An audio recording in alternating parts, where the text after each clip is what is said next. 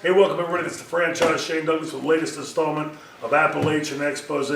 Sitting here next to me, a guy that obviously needs no introduction, Buff Bagwell. Buff, how long we first met? When? God dang, dude. I mean, I'm going to challenge your memory on this because we're. I can tell you. I can tell you pretty close. I'd say 91. That's why it was the early 90s. It had to be early because I was with Scorp. I was Rookie of the Year 92. Right. And then Scorp was right there pretty quick. Yep. So they were going to put us together. That's when you went to the correct up north and flipped out. I was well aware of you long before we had met because I was watching all the wrestling on TV. And I want to say world class, but it wasn't world class, was it? No. What was the ESPN show? That was Global. Global. There we go. Global. It was a 4 o'clock. We really thought we were going to be the third company. Right. WWF, WCW, and Global. What was a lady came in and took it over. And Blackstone. I can't remember her name. No, you're talking about Bonnie Blackstone. Bonnie Blackstone. Yeah. Was that? She was married to Joe Pedicino. Correct. Yeah. Joe Pedicino is who. Yes, okay. that's so who behind that, all that. Okay. So from North Georgia Wrestling came Global. See, in my head, watching at home, I just assumed it was coming from Texas for some reason. I don't know if because of World Class or what. But you had later gone to World Class. Yeah. And so, first of all, who came up with the gimmick? Was it Joe Pedicino or? You're never gonna believe it. I can't believe his name went blank on me. Who's a real rough talking guy of the Demolition? Oh, that's super nice guy, the biggest one. Bill Eadie. Bill. Yeah. Bill Eadie. Yeah. Pittsburgh guy. Really? Yeah. There's so much talent comes out of Pittsburgh. Oh, I was surprised when I learned that because I'd known him as a superstar, but yeah. I worked him once, dude. That's a man, bro. Yeah. He's a man, bro. I'm like, what would I do? What would I do? I thought to myself, I said, what would I do if I wanted to try to do something? Yeah. Just lay down. I'm yours, bro. It's got wrestling Rick Rude. Yeah. I remember being 20, wrestling Rude, and we had gone downstairs and got the match ready. It was a world title match. Yeah. Rude was great. Rude was great. Yeah. I learned so much from him, and he's who taught me how to throw a good punch. Yeah. And how he taught me was, you start with forms. Sure. Build up. You aim and not hurting the guy with forms, and then finally you get that angle down of throwing a good good working punch. And he threw the punch too. It wasn't this punch. It was this punch. Right. Mine too. Yeah, exactly. I come, boom, and and even The Rock does the a lot of guys do that one, Yeah. And I don't know. That's a little weak to me. I want to. Jack Dupree was the all-time puncher. And Rick Steiner would punch you right here because he couldn't do it. Yeah. And he was going to hurt you. Oh yeah. So here at least you had a better shot of not getting hurt. Right. So you right here for it and go whack, and you be like. Back when he and Vader were tag team, because Rick, as everybody knows, Rick's like one of the masters to me, right? Like one of those guys that the heels that were just came in after that big generation, like the Bruno and Flair. Bruno, and then they had Flair and Hogan's generation. Rude was that very next one. Yeah. But he redefined heel to me. We came downstairs, and it's important I tell you this, it's hilarious. And we gone over the match a little bit and everything. So we get up to the ring, and he's looking in my direction, but real mean. And I go, swear to God, and this is on TV. I got the tape. I can show you. And I go. I look behind me, and when I look back, I realize. Yeah, he is looking at me. He's looking at me, and I went, "Are we cool? Yeah. Are we good? You do remember we just talked a minute. Are we okay?" Yeah. I was scared to death, dude. You're locking up, and you lock up with him. You're locking up with a man, bro. Yeah. I was a kid. Yeah, he was like a. And I was a man, but I was a kid. I had known him years before. I'd really have to. How'd you meet? How did that? That's what I'm sitting here trying to recollect. You mind me asking me how old you are, Shane? Yes, 39. Now 58. I'm the same age as you. Yeah, we're all 39, right? It's Are you, see, I thought you were more my age. I thought because you No. you look great and all that. But I'm 52 now. So. okay, baby. So it don't feel like it though, right? It's, No, yeah, right. I just had this talk with Jerry Lynn on the drive down today, and saying like, "Are you like me? I see wrinkles and stuff coming, a little more weight than I care to have, but I'm still like 12 up here. Oh, absolutely. Still more proud of jokes on my kids and stuff. Oh, bro, I'll tell stories on podcasts. They'll go, "How do you remember that?" Yeah. And I go, "I don't know." Yeah. My 16-year-old, I still do this when he'll open the door and I'll smack my head up and he'll look and go, like, Dad, you're so come on, immature. man. Come on, grow up, Dad. I've seen it. Yeah, about a Come on, million Dad. times, right.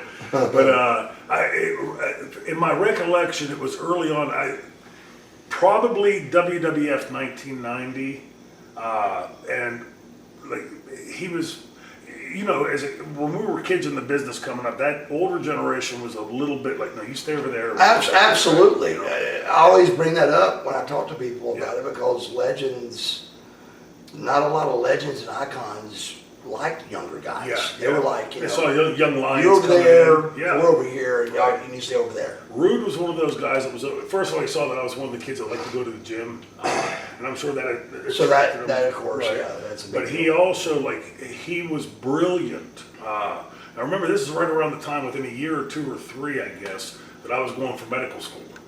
So I would think, at that time, think back, like, man, Rude really knew his shit. Like, he would say, okay, take this, but this much protein right before, right after. Like, yeah. Like a doctor, like you were in the hospital, right? You remember him? He'd go like this and then this, Yep. and then when he wanted it, boom, he was right back. Yeah. And I mean, Rude had it down. He knew what was going on. there was I'm trying to remember the name of the supplement. I was talking to Jerry Lynn about this earlier. There was a supplement, it was a protein powder that came out, that Hot Stuff.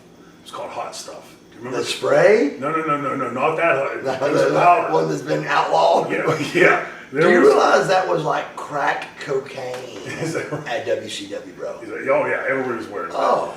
I would break out when I used it. That's what I'm saying. Triple Everybody, beet red it got to be such a cluster Yeah. of eyes and people Yeah. that bother. Yeah. But dude, what it does for you, Yeah, that's- it really is unbelievable. Yeah, it worked. It worked, Right, man. right. Especially if you're lean. Yeah. Then it really worked, Yeah. man. So it's like, Steiner be going, Bagwell, Yeah. Hot Stuff. where's the hot stuff? Yeah. I know you got some. Yeah, everybody had it, right? Yeah. I remember Bobby Eaton was one of the ones that he would. Oh yeah, he would Bobby break out literally from it. would get rash. Yes, yeah. So I mean, it got to the point where even if you smelled it, Yeah. they You would smell it. go Bagwell. Yeah. And we'd be in a limo one time, and I got heat for it, and actually it was Lex. Yeah. And he admitted it. He got me out of the heat. Yeah. They go, Bagwell, you put hot stuff on for a limo spot?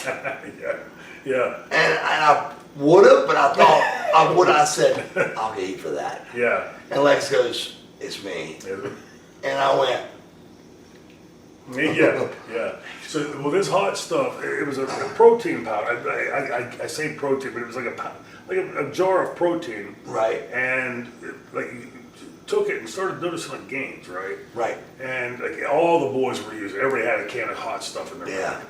The next year they came out with Hot Stuff too, and everybody's taking it. But it didn't work. Like, you weren't getting the same results from it. It turned out years later in an investigation, they had anabolic steroids in the Hot Stuff. Right. That's why they had to change it to 2.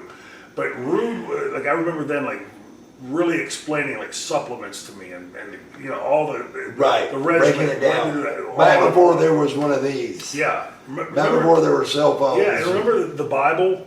The boys in the dress used to call it the Bible. Somebody had written a document about steroids and supplements and all that, and they were all passing it around. This again, 1990, right? The olden days. Right. So, Yeah, right. But I think he took a liking to me because of that. Plus, he liked to travel. I would do the driving, and so we traveled together. I learned so much from him and Kerry Von Erich then in the gym. Yeah. Because they were both beasts in the gym. Right? Beats, bro. But when you worked with Ricky, I heard you say earlier in the interview about him being a bit snug, and I always liked that, right? Yeah, That's me where too. it come from. But when he would call, right? So he'd call a spot, and I could never understand him because it would be like if he'd say tackle, drop, down, it's not like he was taking a shit, right? Right. It was like that same for And you. then Yeah, and then all of a sudden, Right, yeah. But And Terry Taylor's going, all right, kid, here's what we're going to do. Yeah, yeah. You're going to tackle, drop down, you're going to give me hip toss, shut up. Yeah. And I swear to God, Yeah, just talk it out. He could do it. Yeah. And I learned from that because they knew what helped me was I had no idea what the names of the moves were or anything. Right. But I could do them. Right. And I remember I had a match with Benoit. It was my first kind of really good wrestling match. Right. And we're doing is it called fish out of water? Yeah, fish out of water. Okay. Or it's got other names, but yeah. I said, Chris, I don't know any of these words, but I can do them all. Yeah. So we have a barn burner match. Right. And this is Chris's first match at WCW. And of course, Yeah, he's doing the job. Yeah. Yeah. You're up. Yeah.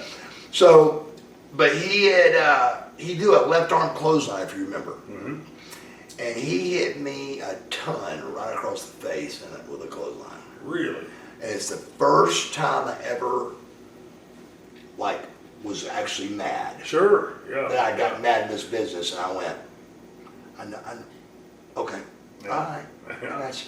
Sure. Because he was snug anyway. Yeah. Yeah. And then a boom in the face. Right. And you're a little bit shorter than me. Yeah. Ooh, that's kind of hard. Yeah. So my comeback, brother, Laying them in. face, and we had And he loved it, didn't And he? guess what he did? He backed off and loved it. Yeah. He backed off a little bit and was like, Yep. okay, this kid ain't gonna be pushed over. Yeah. Well, I get to the back and Dusty goes, he rips his headset off, comes walking at us, he goes, you didn't tell me you knew how to wrestle. And I went, well, ain't that the point? Yeah. Here? Yeah, sort of a little part of He it. goes, I'm talking about like that. And then, of all things, Leon. Sure. There goes, him and Tuchel were good friends. And he goes, why don't you put Bagwell and Tuchel together? So that's how he put us together. Was Yeah, that's how it came, really. Yeah. Interesting. From that match. And Yeah. me and Chris, from that point on, Yeah. he thought it was the funniest thing for me to hit somebody. Let me ask you, and if you don't want to talk about this, I mean, No, please. Because there's some things that, I don't want the fans to think out there we're dishing out on some conspiracy theory, Right. but those of us in this business, me personally, having known Chris as well as I did and traveled with him as much as I did, I have a real tough time connecting to what happened, right? It just never quite added up to me. And then since I've, heard these other things about the email from Stamford, Connecticut that was a couple hours before the bodies were found, talking about him killing his wife. I mean, it was just crazy stuff like this. When I first heard of it, okay, this is a conspiracy theory. Someone's made this up. Right. Then I research it and find out it's true. Right. What was your take? What is your take? My take is, 100% my take is, or let me say better than that, was, and it didn't happen, I was convinced that the Chris Benoit I knew didn't do that unless there was something real big that happened. Right. So I was expecting any day for there to be a guy involved. Yeah. It was with his wife. Yeah. And it'd be one of the boys probably. Right. Go figure. Yeah. That's never happened. Yeah. Really? I never heard that. Yeah, right. So that's what I thought, and then after a year, it was like, wow, that ain't it. So I just don't.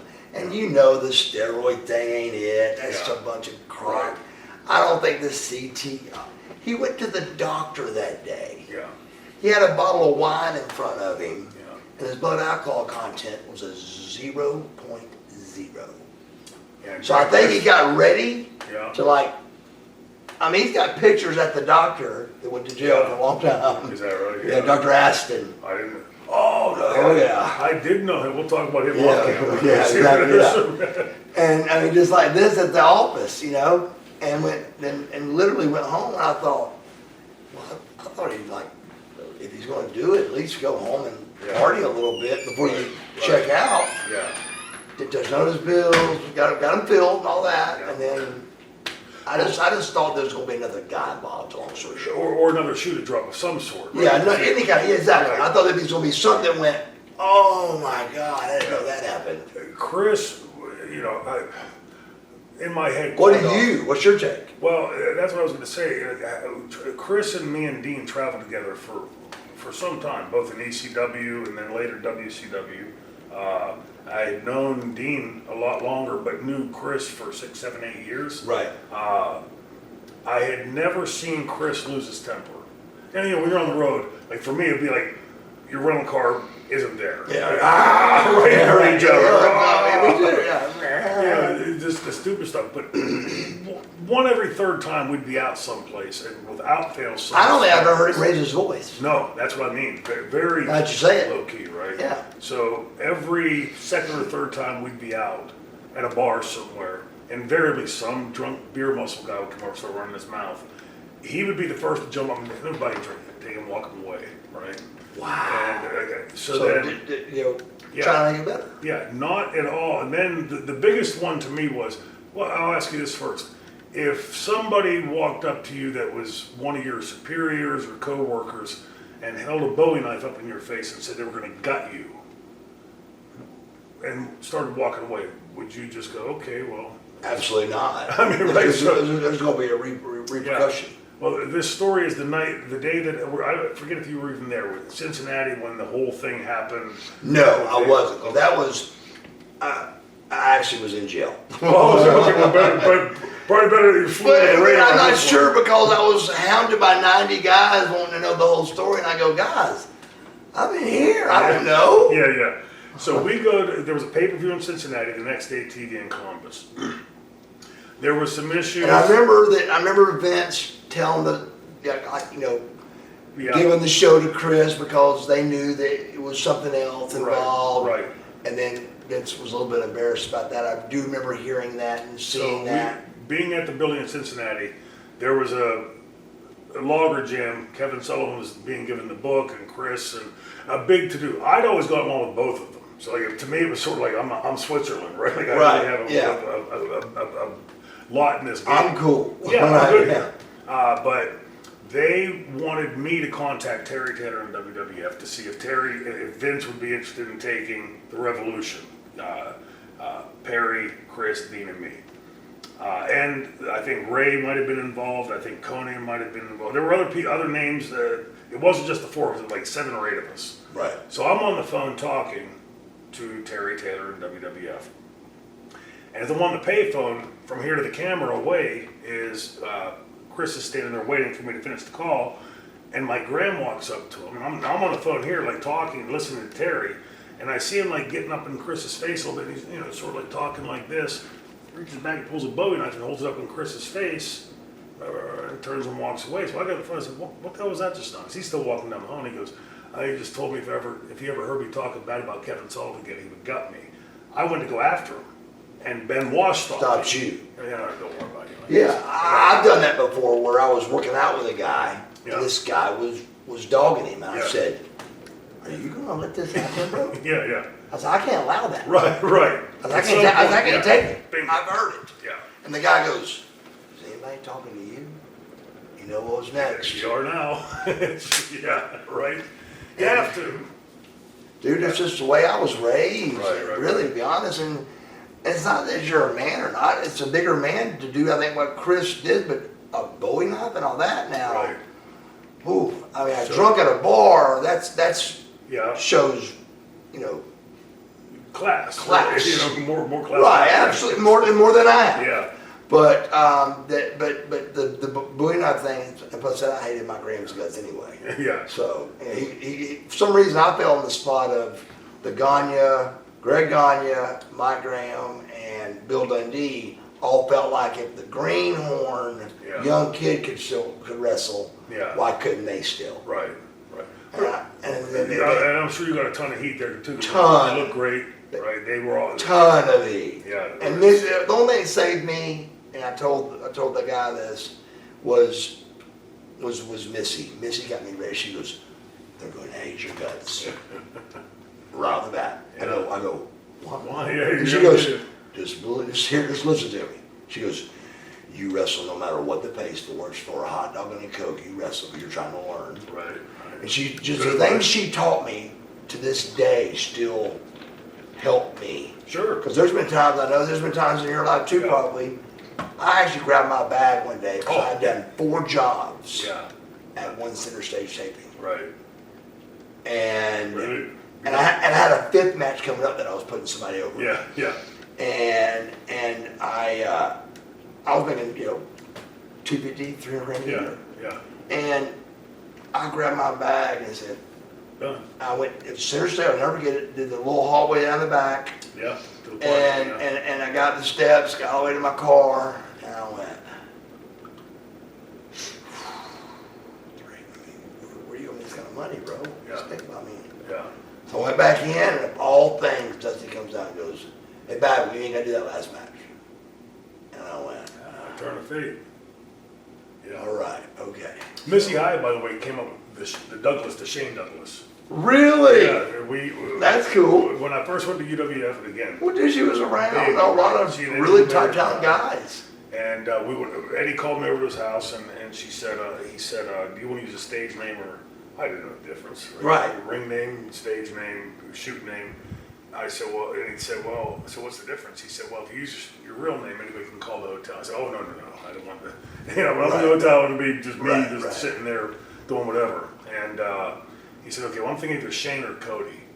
So I said, well, I like Shane better than Cody. So we sat there with my real name, Troy Martin, Shane, Troy Martin, Shane. Trying to figure it out, Put all these different, and nothing sounded right. Missy had gone into the kitchen to make lemonade. And I can still see her coming around. They had like a wrought iron grate that came right down by the door. Right. She had a tray of lemonade. She came around there. She goes, how about Shane Douglas?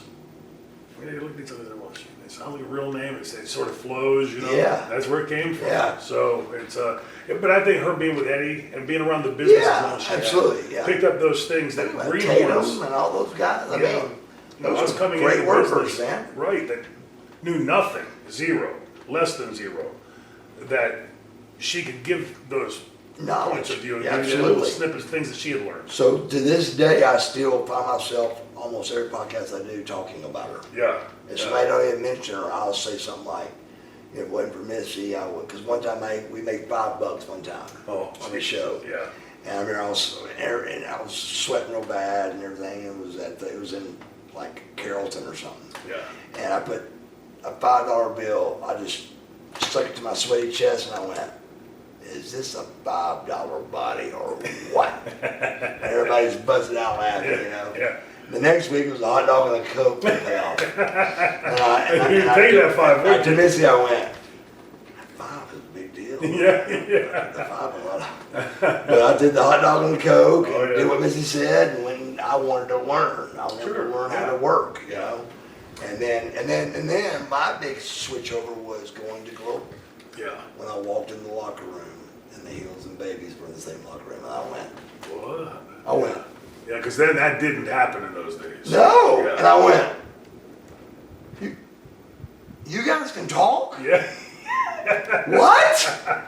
And then, but then my then because I really wasn't getting why I wasn't catching on. Yeah. This people don't realize this is one of the hardest businesses. Not because we're just in it. Right. It really is hard because it takes so many different attributes. Like I said, if you told Ric Flair football and said, "Throw me a football," ain't gonna be no spiral coming at you. Right. Come on, man. Well, I was again. It's funny because I was talking to Jerry Lynn earlier about this.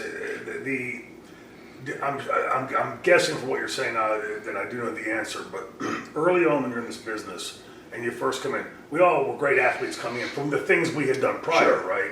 Just big men on campus. Then you get into this business and you're literally like a baby that don't know how to put his own diaper on. Right. And lost. Every night, something more. Right. You gotta learn how to throw. You gotta learn to tell a story, kid. You gotta learn to throw a punch, kid. You gotta learn to do this, kid, that, kid. Buy the cameras, kid. Everything is. At a certain point, when I'm drowning, I can't get it. Where you standing on a tag match for the hard camera to get you instead of get your back into it. And little things like that, Absolutely. you know, that are huge. Yeah, that you know? We now know instinctively. Yeah. Then didn't have a clue. Like I watched AEW the other night, and a big name star did with the hard camera to his back. Oh. And dude, it was the hardest for us at center stage because Sure. remember it was a wall. Yeah. Our camera was That's a right, wall. that's right. So we're going like this to a wall. Yeah. The people think we're crazy, but you All got to behind give us. that camera the love first. Yeah.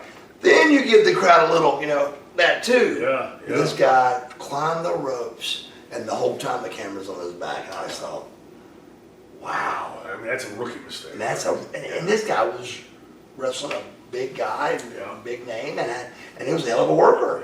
Yeah. I thought, why would he not go there? First thing I asked out of not working in years, I went, where's the hard camera at? Yeah, absolutely. Tell me where the hard camera is. Right. I just asked it last night, where's the hard cam? Yeah, exactly. When you get those bills at your glasses, it just Yeah, you don't know they're little now. You don't know. Yeah, Usually yeah. they're gigantic. Yeah. Now they're little. You don't know. So I said, Yeah. "Where's our camera?" Yeah. And so it's a big deal, that kind of stuff. Bill Watts, it's funny you bring that up because Bill Watts, that's where I got my break, right? I dabbled around the business for 3-4 years. Did you get along with Bill? I did, but only because I was the quiet kid that, like, Right. he's yelling at me for a reason. I didn't like it. Right. But my But you first took night, it. yeah, you had to. But you had coaches like, not that severe. Right. But I had coaches like that prior, so okay, I don't like it, but he's the owner of the company, he's the boss. Right. And he's a shitload bigger than me. Yeah. Right, so. And he's a badass. Yeah, So so- I don't really want to go here. I don't have to. I'd been on the road for a couple of weeks, but he had been on the road. Eddie was doing the booking in the house shows. He was out running the company, trying to grow the company to compete with Vince. Wow. So we did a TV taping in Tulsa. It was the first time I'd been in a building with him. And so I walk out, his first match with Eddie Gilbert. Eddie, of course, called everything. I came back excited. It's my first night working for a company as a part of the team, not Right, enhancement right, talent right, or right, whatever. right. So I'm taking my tape off and I'm excited. I'm floating back and I look up and Bill is standing about 30 feet back. There's a curtain and the dressing room to the right, and he's standing there, 6'3", 4'3", 40, 50. Yeah. I always say pinky's like my thumb. Right. And Yeah. he's standing there leaning on one hip, but he didn't look very happy. So I'm walking back, and I had never spoken to him before. I give him a heads up, like, what's up? And I go to walk into the dressing room, and as I'm going by him, he goes, "What the fuck was that?" In a very loud voice, right? Wow. So I stopped dead in my tracks, and in my brain, I'm thinking like a million miles a second, and I quickly settled on it's my first night with him. He's ribbing me, right? So I looked at him and cracked a bit of a grin. I was going to say nice rib. I didn't get a syllable out. He came at me like a grizzly bear, slamming into the wall, his face right here, poking those monster sausage hands, boom, spitting in my face. Don't ever turn your fucking back to the camera. If you turn your fucking back to the camera, it means the people at home don't see, which means I don't make fucking money, which means you don't make fucking money. I hated it, but I knew what he was teaching me. Yeah. So I would shut up and just sort of Yeah. take and absorb it. And like I said, I hated it at the time, but But over still, the it was years, a lesson you learned. Yeah. And you respected it over the absolutely, years. that a guy with all that Okay. experience is giving it to Right. me. You didn't have to say nothing. Right, yeah, just take it, right? I bet you what? Guess what?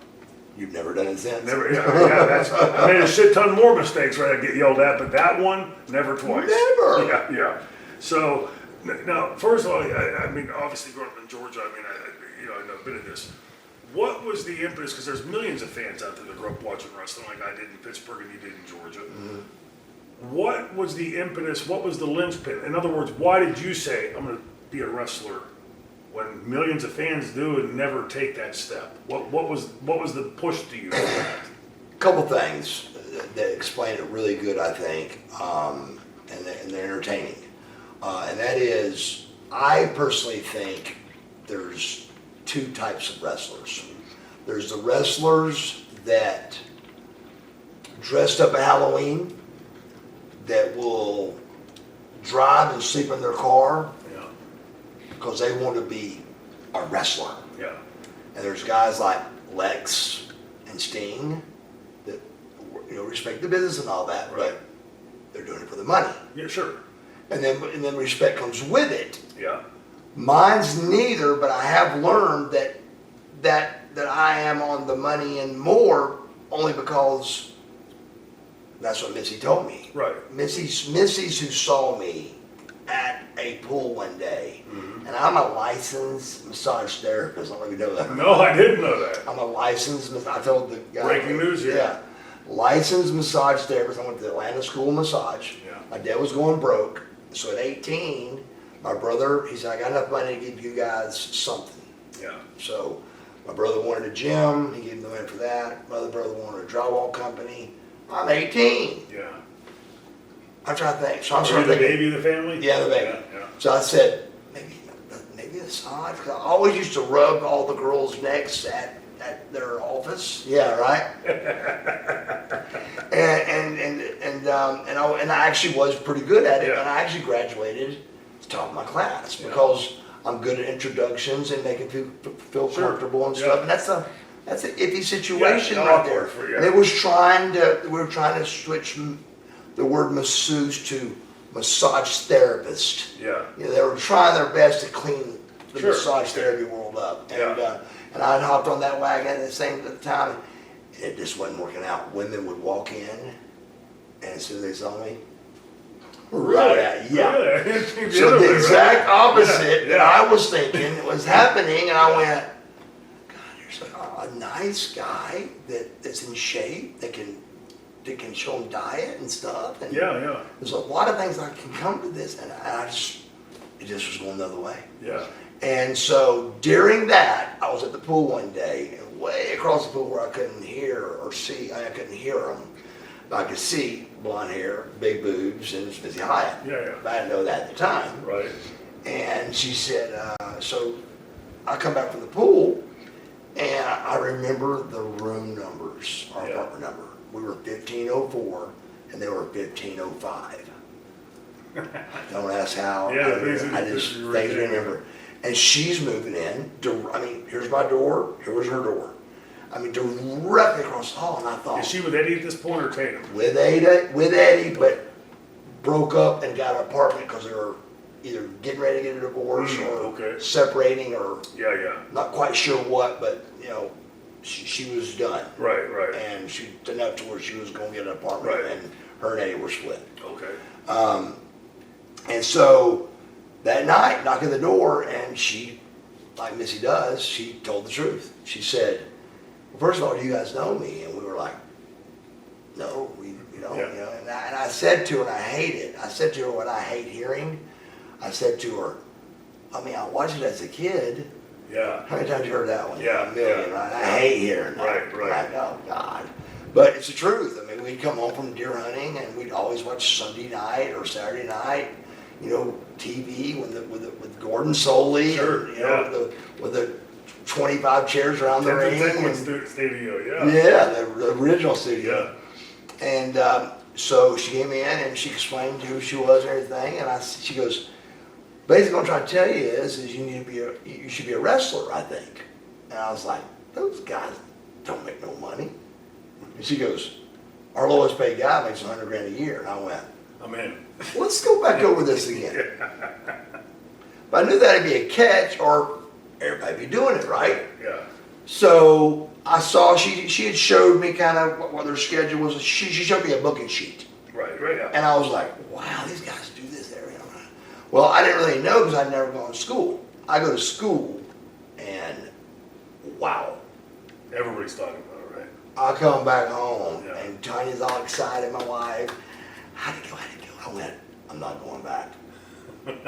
I said, Really? yeah, swear this is honest God Yeah. truth. I said, I've mathematically in my brain and physically have gone over it with being an athlete. I don't know how those guys do what's on that paper. Yeah.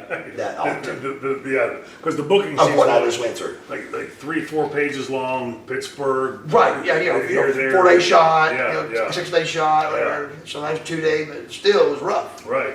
And I was like, I don't get it. I said, I'm beat up. Yeah. And for some reason, I went back the second day. Yeah. So, And was that whose school was it you were going to? I went to see Buddy Lee first, Okay. down in Griffin, when him Yeah. and Jody Hamilton had that little place down there. And Right. the only person there was Kevin Nash. Yeah. He was trying to get in it. Yeah. And Kevin and me knew each other because he was like the big badass bouncer. Right. That every club that opened, he was Yeah. he was Patrick Swayze. Right. He Yeah. was Roadhouse. Yeah. And I was kind of the rich kid that that everybody knew Right. and all that stuff. So it was just he kicked me out of a couple clubs. Yeah. Yeah. Okay. Like I punched one guy one time for throwing wine on me, and I turned, and I was like in his belly button. Yeah.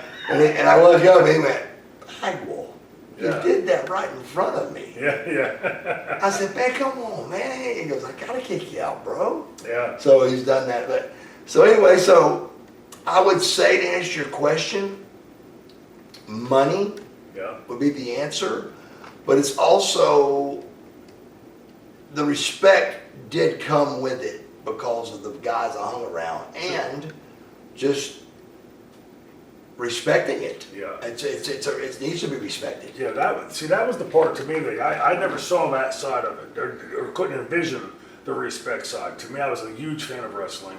My friends and I grew up watching it and always talking about it. Yeah. But when I met Dominic, and then really trained with him not to be a wrestler, never thought I could be a wrestler. Those Right. guys all seemed massive on TV. I was 205 in high school. Right. I just felt like I would do it just to sort of stay in shape when I went to college, just to do something. I wanted to Something play to do, sports there, right. right? Just hang out with Dominic and train to stay in shape. Right. And after I graduated college, I had $77,000 in school loans for you kids out there that are waiting for Uncle Senile Joe to pay it off. I paid mine and my ex-wife's back. But $77,000 to me then was like $770,000. Of course. I mean, it was a mazillion dollars. Yeah, right. But without it, I couldn't have gone to school. Right. So he had a 6-month grace period or a 3-month grace period, and they were coming due. There was a recession at that time. So Eddie had called. He had come up and done some of Dominic's shows. Bill had sent half his crew up. And Eddie called me and said, hey, Bill would like to bring you and Mick Foley in. And I said, yeah, just to make some money, right? Not thinking a lot of money, make a couple $100 here or there, whatever. Sure. But at least I can pay this loan back. My thinking was I'll do that for 6 months or so. Then when the economy picks back up, I'll go back and use my degree. The plan was to go back and get my master's in political science. Right. And of course, they say 40 years later, here I still am. But for me, like the respect side of it, I didn't realize any of that until later. I would watch the TV and see the wrestling, and to me, these were guys in the box that It intrigued you. You enjoyed it. Yes, and had no clue that when like Bruno went out, like in Pittsburgh, he was exalted, right? That when Dominic went out, they were respected. Like that side of it didn't even connect to me to it. Well, I think it did to me because of Missy. Yeah. I'd say she really did a great job with, because you know the deal, bro. I mean, here I am, 1920, And coming no in, zilch. know nothing about nothing. Here I'm looking pretty good, and who's this kid coming in? And you know, and what they do the first match? Maybe champ. Oh yeah. Oh, good God. Very first match. Yeah. Very first match. Yeah. And I was like, but the catch is, I said, you guys think that I just learned about heat in this business. I said, try growing up in Marietta, Georgia with a rich family. Yeah. You're the starting quarterback of Sprayberry High School, which was a big deal back then, and you're driving a red Corvette to school. Yeah. And you're playing Little Red Corvette by Prince.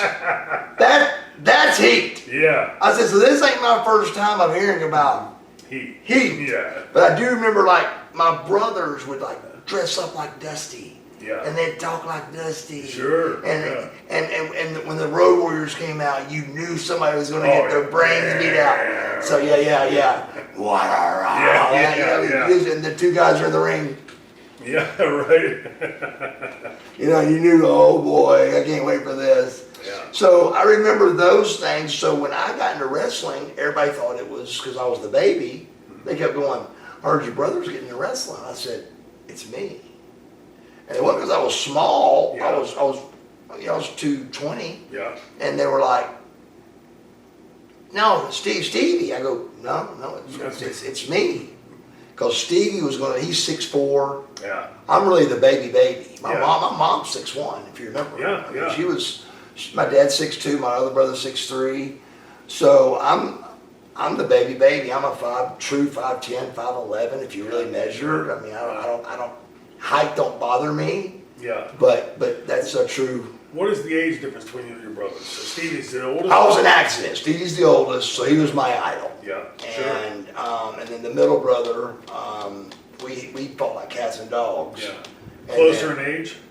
Yeah. So they were like 2 years apart. the perfect, and I was an accident. So there's 59 is my oldest brother. So there's 7 with my oldest brother and 5 with my middle brother. Okay, So that's pretty good. Even that's pretty good length. You know? But also when you're younger, like I saw this with my kids. There was 5. My oldest son was 5-ish when my youngest son was born, and wanted nothing to do with him, right? Because it's 5 years different. That's one kid. You're not up for this. Yeah, now they're very close now. Right. Gotten older, but so I'm sorry, I interrupted your story with your brother.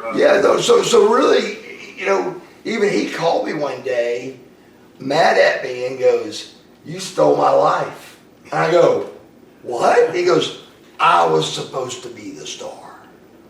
And I went, "Well." Did you ever know? I mean, you'd seen him dressing up and stuff. Did you ever know that he would have loved to have gotten into wrestling? Yes. Okay. Yes, definitely. Yeah. And matter of fact, my middle brother did wrestle some. And really? His gimmick name was the Medieval Man. And I came up with his finish. It was called the Joust. And ask Mick Foley about it because he loved it. Don't ask. He hasn't stolen it yet? Hey, you'd run like a joust. Yeah. And that was the finish. That was your finishing move. It was the joust as the Medieval Man. Right. And he wore the hood with the eyes, like hanging somebody and all that. So I knew about it, but it didn't intrigue me that way. So to answer your original question, I do think it was more money related. We were broke. My career wasn't working, and I needed to find something else to do. So let's try this. Well, that comes with a lot, as you know. Yeah. And to do that and to become quickly a wrestler, you can't have a job. Right. You really can't. Right. No. I mean, if you want to do it fast. Yeah.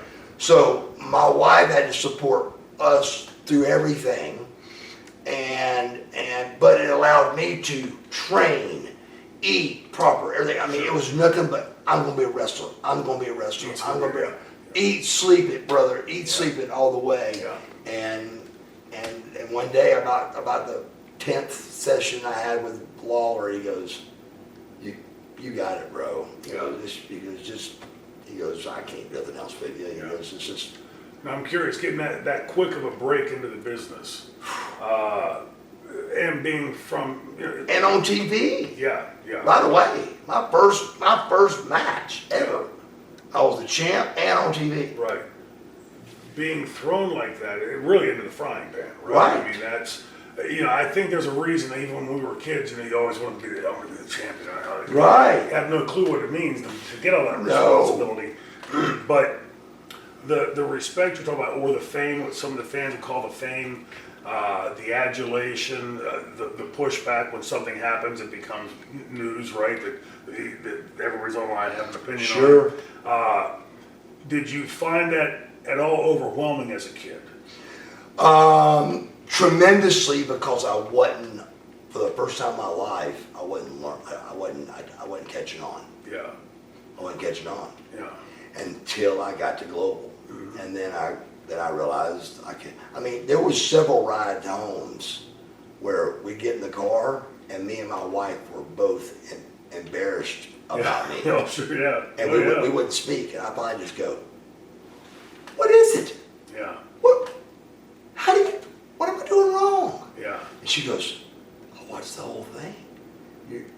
I don't know. I can't explain."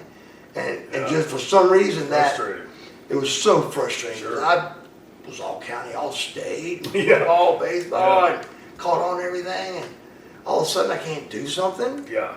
I'm like, this is different. I said, this is different. Yeah. I said, there's just so much to it. And over that, it really helped me a lot with having ABC plans, bro. Yeah. And I think that's really, truly what got me even somewhat on the map of wrestling. Right. Is I always made sure that I had at least a B plan. Yeah. And a lot of guys don't. Yeah. And how you switch the B plan and when you need to switch to the B plan and having a B plan is big. Oh, yeah. Because I plan for that person. I'm a Murphy's Law freak. Right. And I'm planning for that guy to mess up what he just said. Right.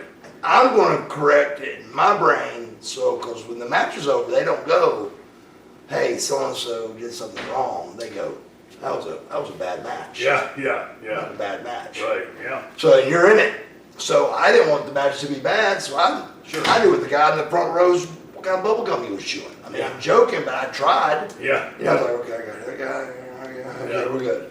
So, but then the break, my big break though was being able to at least have a little bit of a talk in the beginning, a little bit of a comeback, a heat spot, right. a little bit of a comeback spot. Sure. Just I hone those down and grow from there. And I flourished from it, man. Yeah. And keep in mind, wrestling guys like Haas and Eddie Gilbert.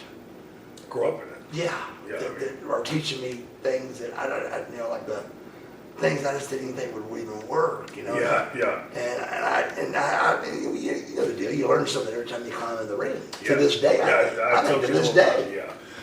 I'm going to ask you a question that Steve Austin had asked me both on his podcast, but we spoke, Steve and I had been friends forever. I hadn't spoken to him in about 10 years, and we spoke for about 2 hours before we started recording. And he asked me prior, "Do you mind if I ask you this on here?" I said, "Hell no, ask it on the air."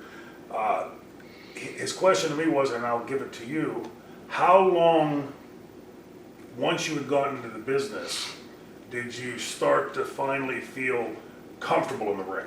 Like not Hands of Stranger. sweating, ready to have a stroke before your music hit. The Hands of Stranger.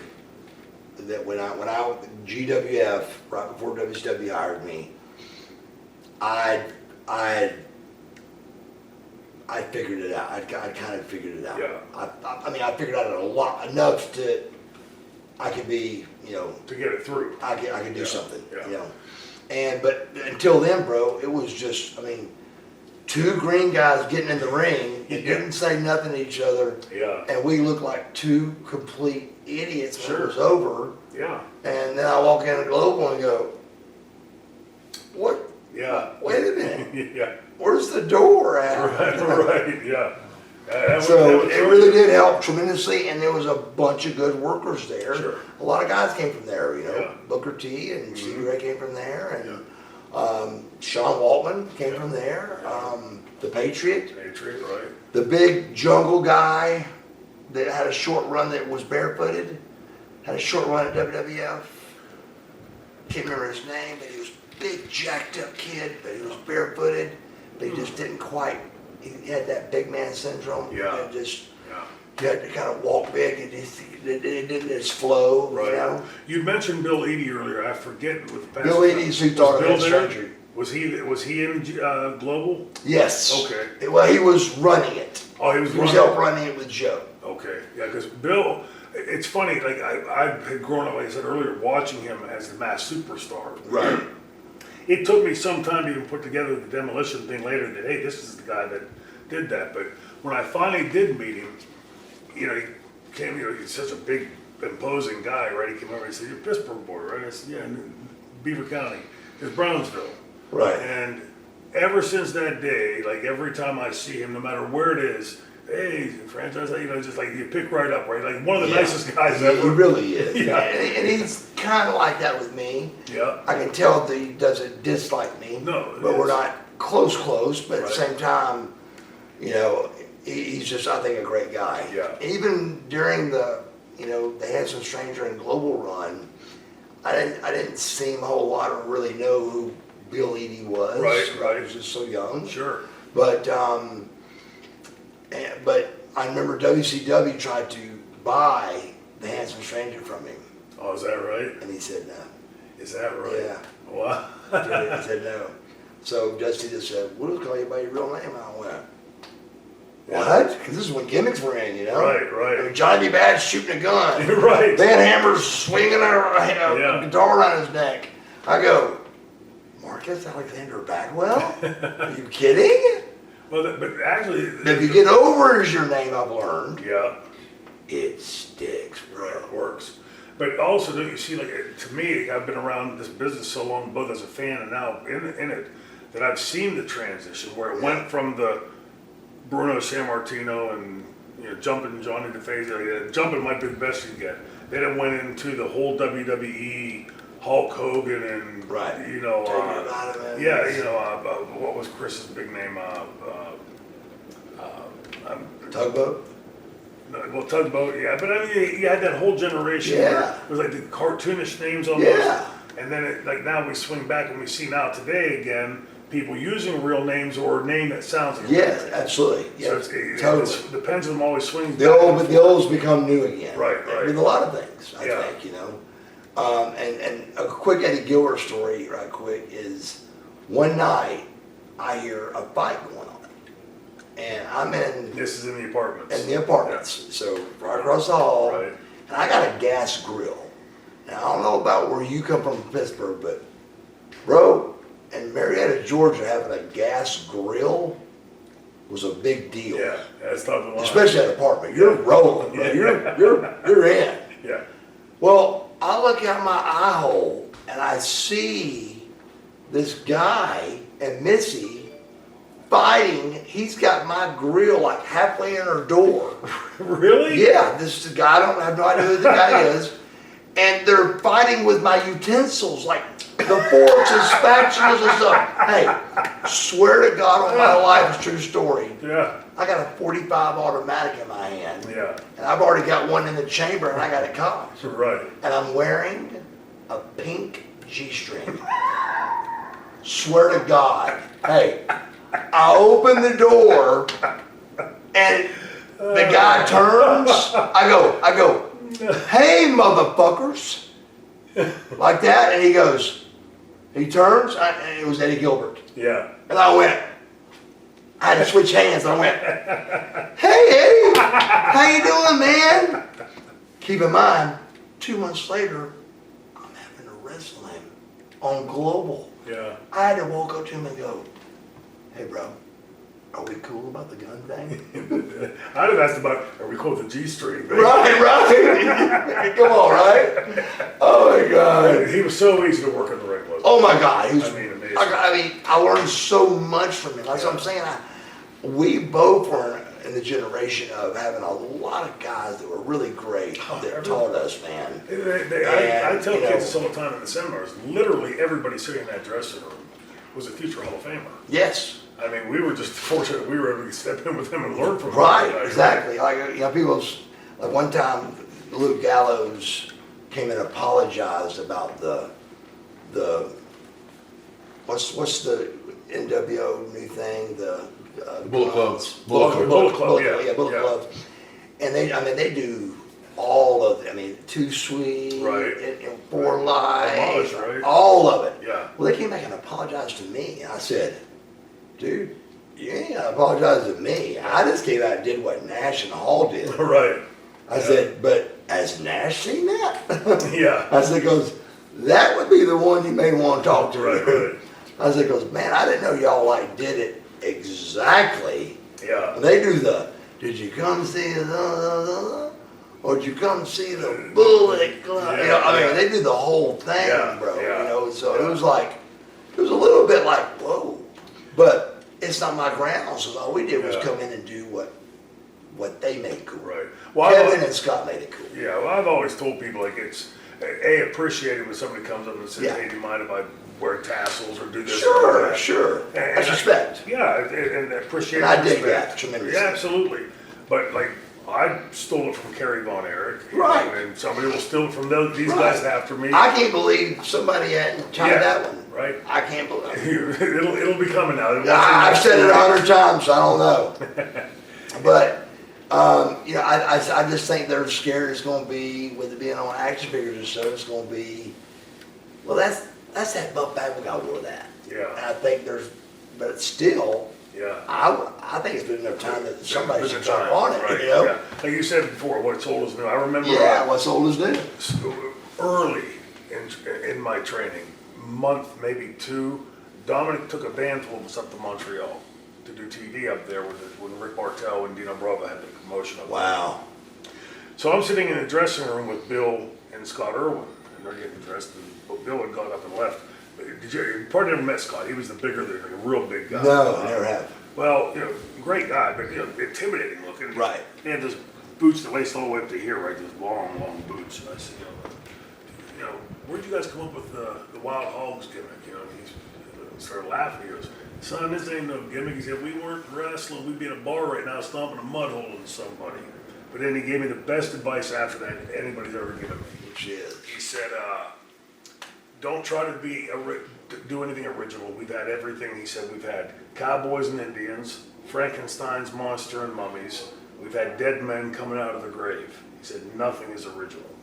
He said, take little snippets of wrestlers that are that you like. He said, look at me. He said, And don't go out and play Andre the Giant. Right. Okay, I was 6 foot tall, and he said, take wrestlers that are approximate in your style, Right.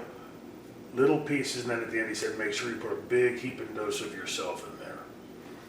And it's And that's how I describe it too. When people ask me, I just act like it's the truth. It's like just from Marcus, or I think Shane Douglas to Troy, it's just, you just turn the volume up a little bit. yeah, And that's Ric Flair, that's sure. Buff Bagwell, that's DDP, that's Sting. I mean, you Yeah. got to turn it up a notch, or Yeah. you're not. Because we're pretty boring people in real life. I mean, come on, let's be honest. They like, woo! Right. So now, let's fast forward a little bit here. So we've gone through the global stuff. We've gone through your training stuff, and you get into WCW. Yep. Who was the call that made that call? Who was running it at the time? And This sounds made up, and it's not. I got a call. There was going to be 3 people that got hired for global. It was going to be Patriot, Raven, which he was. Oh, that's right. Raven was it. Yeah. Scotty Flamingo, right? Yes. But he was.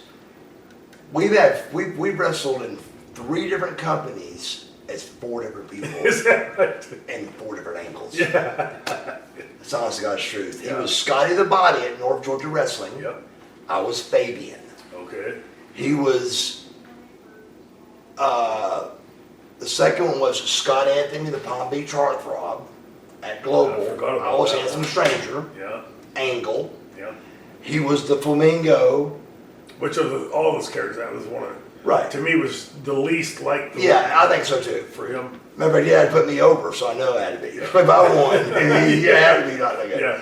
And then I think he went to Johnny Polo after that. Yeah. And then came back as Reagan. So, and I was Buff. Yeah. So 4 different things, 3 different companies, but 4 different times, and we had angles together. That's wrestling. But he was the first one I watched. Yeah. That I went, that's how this is supposed to look. Yeah. Yeah. Scotty can work. Oh, hell yeah, you can. Scotty can work, bro. Yeah. Yeah. And I saw it, and I said, teach me. Yeah. He said, you can't just teach me what I just Right, did. He said, right. it's harder than that. Yeah. I said, what? Wow, how'd you make it look so good and this and that? And then I started. You start learning about the business. Like all of a sudden, you see guys meeting behind the skating rink Right. Yeah. that nobody told me about. Yeah. Yeah. And we're going out in the ring, trying to call something and looking like idiots. Yeah. Yeah. But but so I just think everybody just you gotta amp it up a little bit. Sure. To make Buff to go from Marcus to Buff to go to be entertaining. Sure. Our job is to entertain, and Yeah. you can't just us trying to entertain somebody is just Marcus Alexander Bagwell. I think is not going to do it. Yeah, and I think the persona too also allows you. Like I've seen, as everybody knows, I'm a huge Kiss fan. The interviews that Gene Simmons did. So am I. know When they that. put the makeup on, Oh, yeah. like they can suddenly become somebody else. It's them, but it's not them. Right. Right. And I think the same thing in our business. A little funny story, not a funny story, but a Scotty story for you. I was well aware of him in the business Right. because of how much I watched him and liked his work. I never liked the gimmicks. Like the Right. Scotty Flamingo just didn't look like him. The Scotty the Body, okay, but I'm thinking more of a bigger guy. Right. When he first came to ECW, he wrestled. We were working that night in a high school in New Jersey somewhere, and Paul asked me to stay after because he had somebody coming in who going to be doing some new different stuff. So I stayed after. I had no idea it was Scotty, and he came in. I didn't even recognize him, dressed as Raven, right? The jeans and the long curly hair, and you know, almost like drug addict looking, right? Grunge, grunge, perfect word. Real grungy. And didn't recognize him at first. We were like down in like a laboratory, like a science lab or something, and he started doing the promo, and Paul wanted me to watch him doing his promo. And it's rare for me that like somebody, like as a kid, it happened all the time, but now that I've been in the business, it's rare for somebody to do that promo that grabs me and pulls me in. Right. And I caught myself about 5 minutes later like this. Really? Just like glued into what he was saying. And then I realized, right as he was wrapping that promo up, this is Scotty Flamingo, Scotty the Bite's the same guy. And like, what a difference. Like a huge, like this had money all over it. Right. But you know, I always tell him I was the second greatest ECW champion of all time. It's running gag with me and him. Right? Yeah, right. The greatest champion, is it? Scotty, you said about what a good worker he was. Scotty's one of those guys, and I'm sure my next question is going to feed off of this to you. There are some guys that, like I always said, Rick Steiner and I, we can't buy a good match together. Not that he's Isn't that crazy? Right? It's like that, dude. Yeah, you just have chemistry with some people, and some people you don't. And Scotty's like that. Right. Scotty and I can go to the ring and just tear down the house. Scott, when I'm with Rick, he busts his ass, I bust my ass. It just doesn't work. Everybody's just not clicking. Give me the flip coins for you. Like who did you have the chemistry with? Who not? Tex Schlesinger. Do you remember Tex Schlesinger? Oh yeah. I mean, we had the best chemistry with those guys, me and Scorpio. Nasty Boys, me and Scorpio and Sergeant Stripes. Best matches with those guys. Good chemistry. Yeah. But flip side is like me and Jericho could not buy a match. Yeah, right. And I think the harder we tried, the worse it got. Yeah, that's how it seemed with me and Rick. And it just got worse and worse and worse, and we were like, what are we doing here? Yeah. But it's just, I think you made a very good point in this business. Back to this business is hard. Yeah. Not because we're just in it. We're saying that it is tough. Yeah. Because everybody is, like I said, I was telling me and Chris were talking, and I'm a 6-time world tag team champion with 5 different guys, bro. Yeah. And do you think Del Wilkes wrestles like Scotty Riggs? No, I was going to say. Do you think Riggs wrestles like Too Cold? Right. No. Do you think Too Cold wrestles like Luger? Right.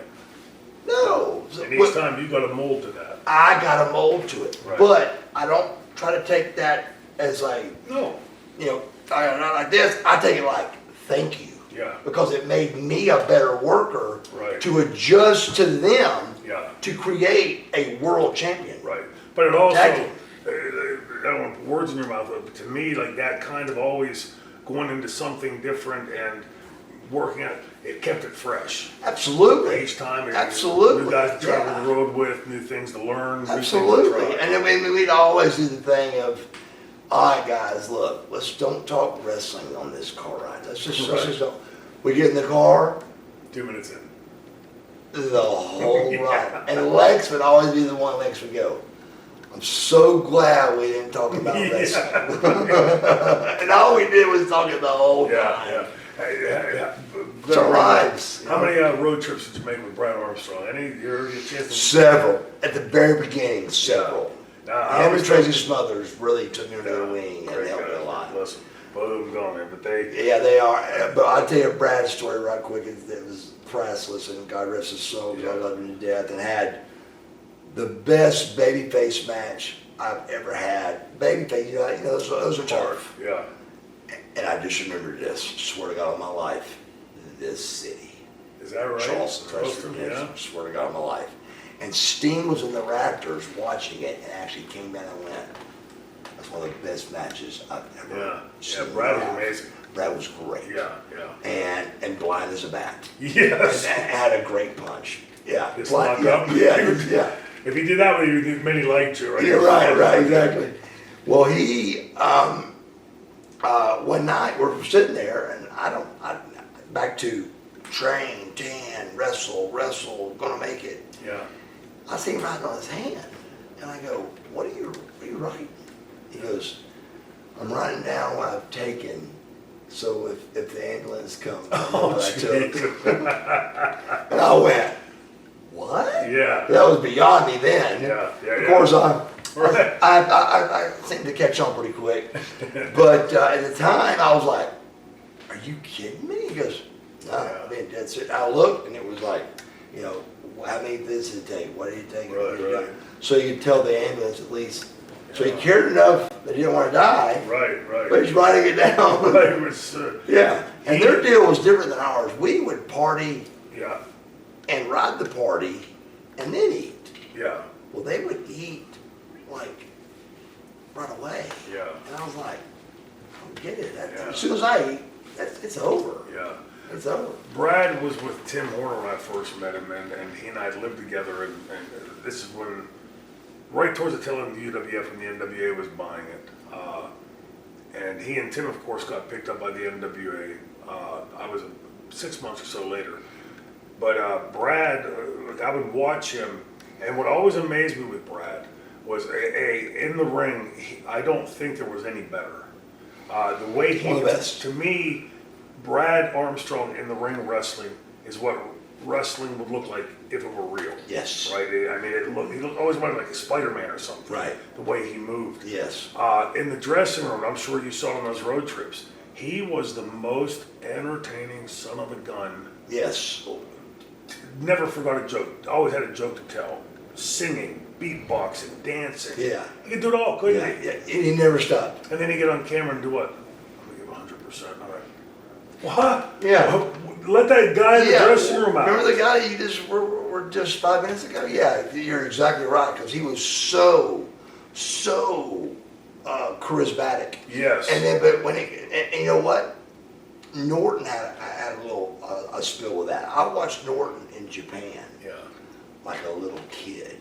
Yeah. I was so, because that's his true Right. love. Yeah. But still, the and the and it was there. Mm-hmm. And then he come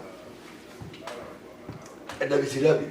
Yeah. And of course, you know, when we tagged though, Right. I'd hop on his back and get Sure. it going, and Yeah. you know, and it made it. This isn't religion, and it worked. Yeah. You know, but if you watch him in a single match, it was just through the Yeah. ring.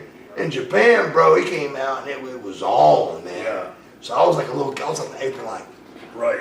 you know, he's just such a star. What But I was think he's more comfortable there. but what do you think the reason was? Because it's funny you say that, because Scott Norton that I knew was the Japanese stuff that I was seeing on tapes and things. Right. The killer, right? Going and breaking, scaring her, Right. chasing half the building off. Right. And I see him in WCW doing the, and you know. So you're with me on that? Yeah, and you know, and I'm thinking, I kept waiting for that to come out. Right. Like, okay, he's gonna get in the ring, or do that, and I never saw that. Right. I don't know. I'm Another with nice you. guy, right? Like, And yeah, really we're good. super great friends. Yeah. We're like really great friends. And he said, he goes, I don't know what it is. He goes, I'll be honest. He goes, when you come out with me, it just makes me want to get fired up more. I Yeah. don't know why. He goes, I'm a little bit uncomfortable about it. Really? Yeah. Yeah. That was his answer. Yeah. And Interesting. so I just always made him not uncomfortable and come out with like, you know, pointing Yeah. the big man. Sure. And like, you know, I'd get on the ground and walk like a little dog, but Yeah. he's the big dog, Yeah, you yeah, know, and yeah. put the big man over and all that, you know, Yeah. and it worked. He fed off of it, and you know, Yeah. and I'd jump on his back, rubbing his head and all Right. that, you Sure. know. Yeah. It was entertaining, you know, and so together I thought we were one of the best tag teams. As a matter of fact, the only thing that broke that up was I broke neck. Yeah. I broke my neck in a vicious and delicious match against Luger and Rick Steiner. I won't move. Rick Steiner's bulldog. Oh.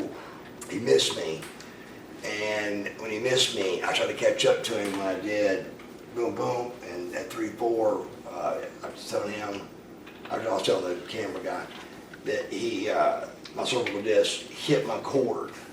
Now, to me and to you, that happens when your cervical disc hits the cord.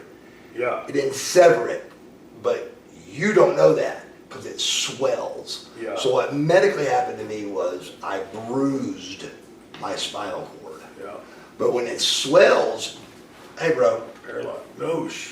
from here down for 11 minutes. Oh. Commercial break, come back, and I was still going. Hey, not a tear. Lex is crying. Norton's crying. Yeah.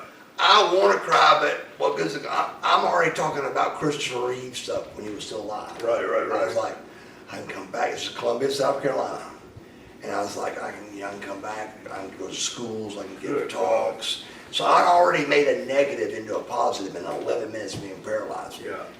And then all the CAT scans and all that happened. I guess the swelling goes down, and he comes in. He goes, sit up. And I go, sit. The tape is on my forehead. Sure. On the board. Yeah. I go, sit up. And I can move my fingers and toes, but that's all there. That's stay down. He said, I'm just fucking with your paralyzed. Yeah. That'd been a good rib, wouldn't it? Right. That's like a Davy Boy rib. Yeah, right? And so I just slowly sat up and I went, well, you got to explain this. And he explained it that I bruised my cord, but you don't know that because people always want to think, it was just a stinger. It wasn't just a stinger. I've had stingers. Sure. Several. Yeah. This was, I was smothering.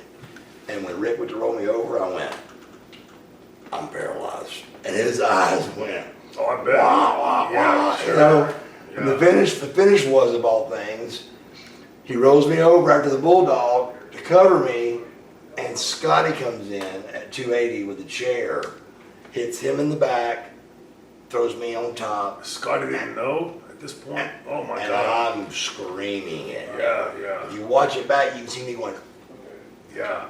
I'm paralyzed, Scotty don't know. Scotty heard me enough that he just was going to put my arm on him, and my arm went. So two guys are laying back to back on live TV. What's the ref do? Who won? Wow. So I don't know if they've ever came up with it or not. Yeah. Wow. It was the weirdest, wildest thing. And then for a while, my arm's up, but it's only because he's laying with his knee bent. Yeah. And my arm is caught on his leg. Right. When he moves his leg, my arm goes. Yeah. I mean, and then during that 11 minutes, the trainer, our guy's name, it was Danny was his name, I'll never forget his name, remember Danny? Yeah. And he said, he goes, your left hand's moving. I said, what? Because I can go, what? Right. I mean, it was here down, bro. And 11 minutes is a long time like that. And so I looked down, and then it kind of started feeling like, and it came up to here, stopped. Yeah. This arm stopped, leg stopped. Yeah. And on commercial break, if I showed you the thing, you see me go. And I go, on commercial break, I go like this, I go. Guess why? I can't feel my core. Can't feel it. Can't feel it. Yeah. So this, for whatever reason that happened, or the swelling, or whatever, I was just I could move that much, but I couldn't feel my chest. Yeah. Something not nearly that scary, but enough to I can appreciate to a tiny degree. We were in ECW, and I had done the Pitbull #2 had this thing where if you and I push our blood to our face turns red. Right. His arteries and veins were reversed, so when he did it, he would turn blue. Well, that's a great thing to use in the ring, right? Right, yeah. So I would do the spot where I'd get his chain, put him in a full Nelson, he'd turn himself blue. This is after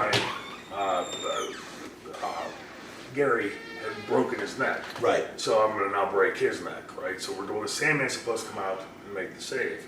Well, for some reason, I don't know, Raven got involved, and there was like what he called his dog and pony show. That's the day the kid, Akeem, had gone to jump off the top rope, had practiced it 1,000,000 times in the school, had never done it in front of a live crowd. Froze on the top rope, couldn't get the Abbey elbow, right?